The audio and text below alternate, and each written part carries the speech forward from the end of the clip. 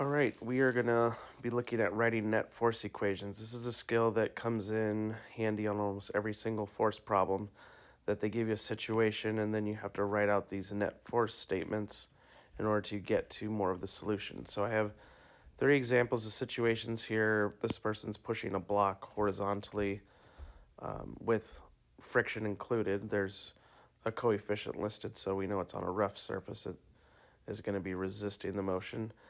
This is just a block that's accelerating downward with tension up. So there must be tension in the rope, but this block is accelerating in the downward direction. And this last one, we're going to assume no friction, but we're going to be pulling this block at an angle. So we'll kind of see different examples of how we'd have to write these, but they all come down to this strategy. You're going to first draw a free body diagram, then you're going to identify all the forces in the x and y direction in that free body diagram. If there's anything at an angle, you have to break that up into horizontal and vertical parts because the horizontal and vertical parts of that diagonal force are going to go into your net force equations. When you go to write them, this is the style. They say the net force in the x direction equals all the forces to the right minus all the forces to the left. And then we finish that. It's kind of over here in step 3. We finish that by saying that equals mass times acceleration in the x direction. Do the same thing in the y. All the forces up minus all the forces down, and that should equal mass times acceleration in the vertical. So we're going to just kind of work through these one by one, and we'll start off with the first problem of the person pushing the box to the right. So I'm focused right now on this problem. I'll just kind of do my work down here. So we have first our free body diagram. That 5 kilogram block is being pulled on by gravity, and so it has an mg value. It's my favorite way of writing the force of gravity because it's just tells me the formula that I'm going to be using when I go to quantify that. It has this applied force to the right by the person. It's got a normal force up, and normal force in this case will be the same size as the force of gravity. That's not a rule, that's just because of the situation that's happening. This person's only pushing horizontally, and the block is not going to accelerate up off the table or plow into the table. So the normal force up is matching that force of gravity down. If the person was shoving down at an angle or pulling up at an angle, then this normal force would not be the same size as the force of gravity. The last thing I need to draw in there is a force of friction, and it doesn't really say exactly how this thing is moving, if it's accelerating or not, so I'm going to have to kind of solve that to know what's happening.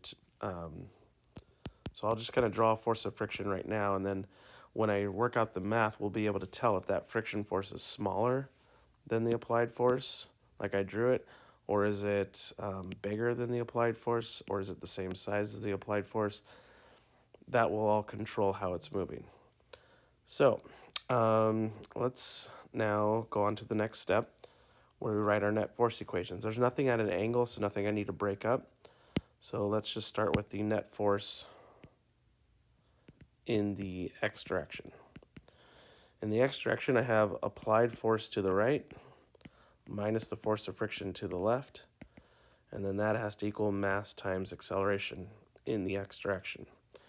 Again, is there acceleration? We don't know for sure. We got to figure out how big these forces are, and we'll work out that math here in a little bit. For the next one, the net force in the y direction, it's all the forces up, which is normal, minus all the forces down, which is gravity, and that has to equal mass times acceleration in the y.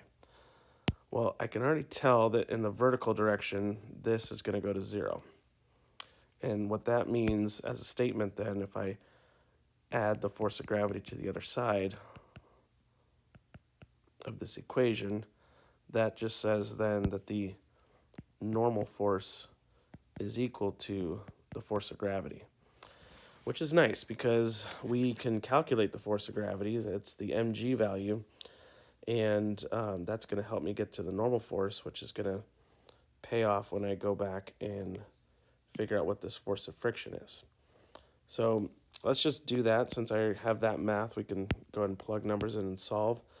Um, oops. So we got the normal force would equal mg,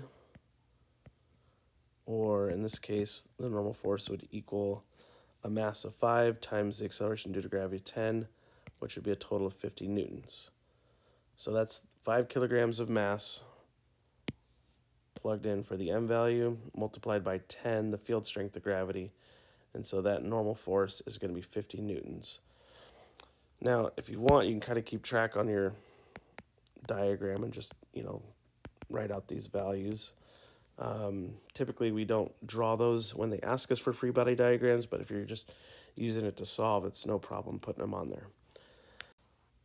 So now, when we go to look back at this x direction, again, we weren't sure, based on the problem, we don't know if it's truly accelerating or not. It would all depend on if this applied force is bigger than friction, well, then it's going to accelerate to the right.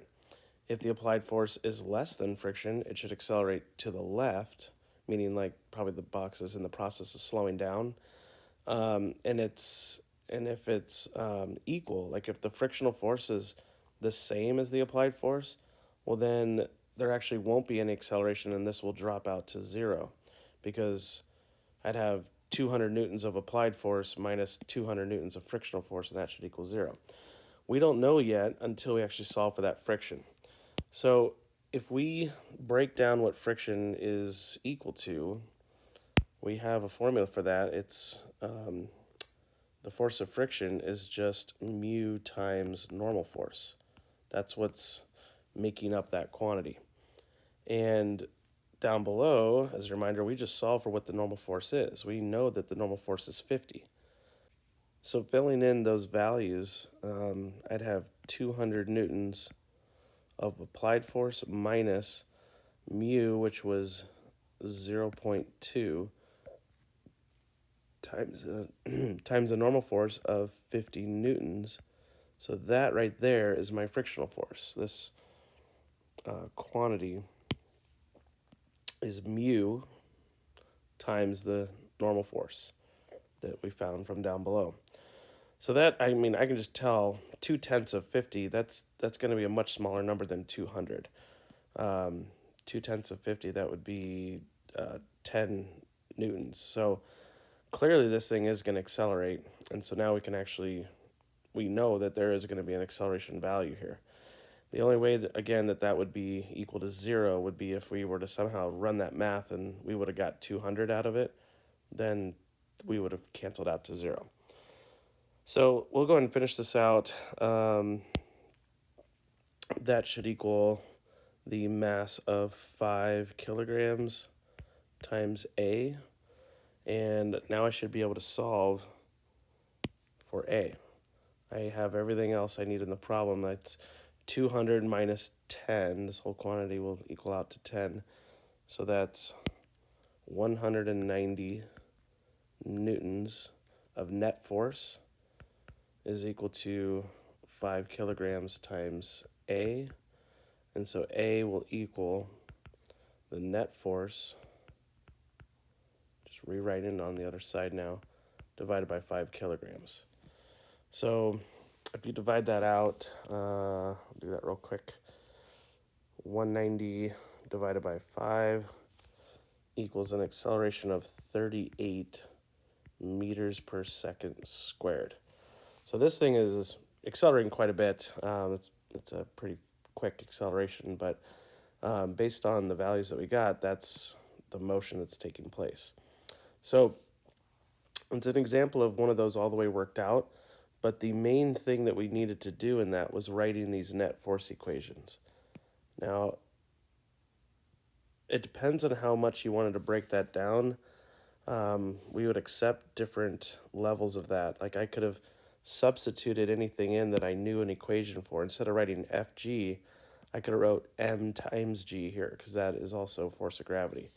Instead of writing force of friction, I could have just wrote that as mu times normal force in that formula, and that's fine as well. So if you have a substitution, or if you know an equation for anything that's in there, you can just go ahead and plug it right in. There's no real need to like rewrite it each time, but just kind of want to go step by step so you see the process. All right, the second problem is something that's just accelerating downward. And this one is a little bit easier. There's a lot less going on. There's only one direction of motion, and your forces are only directed in the y. So we're just going to have a y equation to this. So do this one a little bit faster. Here you had a weight down, mg, and you have this tension back up of, we just labeled it as T for tension. And since it's accelerating downward, which they showed you in the problem, we know that the weight down is going to be bigger than the tension up. So when you go to write your net force equation, I'll just kind of move it down here. The net force in the y direction, it's, if you want to keep everything as just positive, you can, if you know for sure, you can make it the big number mg minus the smaller number tension, and then your acceleration will come out as a positive number. If you decide to keep the convention like what I wrote, like all the forces up minus all the forces down, then when you go to write this tension minus weight, you'll end up with a negative net force. All that means is that it's pointed downward, and your acceleration then is going to come out negative, and that would mean that it's pointed downward. So you're going to get the same value whichever way you write it. It's kind of your decision. So I'm going to choose to do, I'll just do it how I wrote it out, the up minus the down. So I have tension up minus the weight down. That should be my net force, and that should equal the mass of that times the acceleration. And if you, that's the equation. That's really all I would need to write. But if I wanted to go further, I might be able to like solve for A. Then I could really just, the acceleration might be, let's see, I divide each side by mass. And so A would equal the tension minus the weight of the block, all divided by the mass of the block. So as an example of something you could solve for. They might even say, what's the tension? Well, then you'd be adding mg over to the other side of ma. So just based on what they ask you, then you're going to change what you look for. But the equation gives you the starting point to rearrange however you need. The third one involves breaking up at an angle. So I'll do that one off to the side. Leave it all in terms of like theta and things like that. So we'll do this one over here. So we have the free body diagram. It's got this pulling force applied at some angle theta.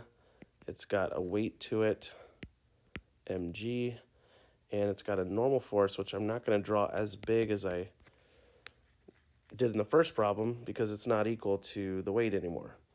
The reason for that is this upward component here is being added to that normal force. Those two put together are equaling out to this force of gravity that's pointed down.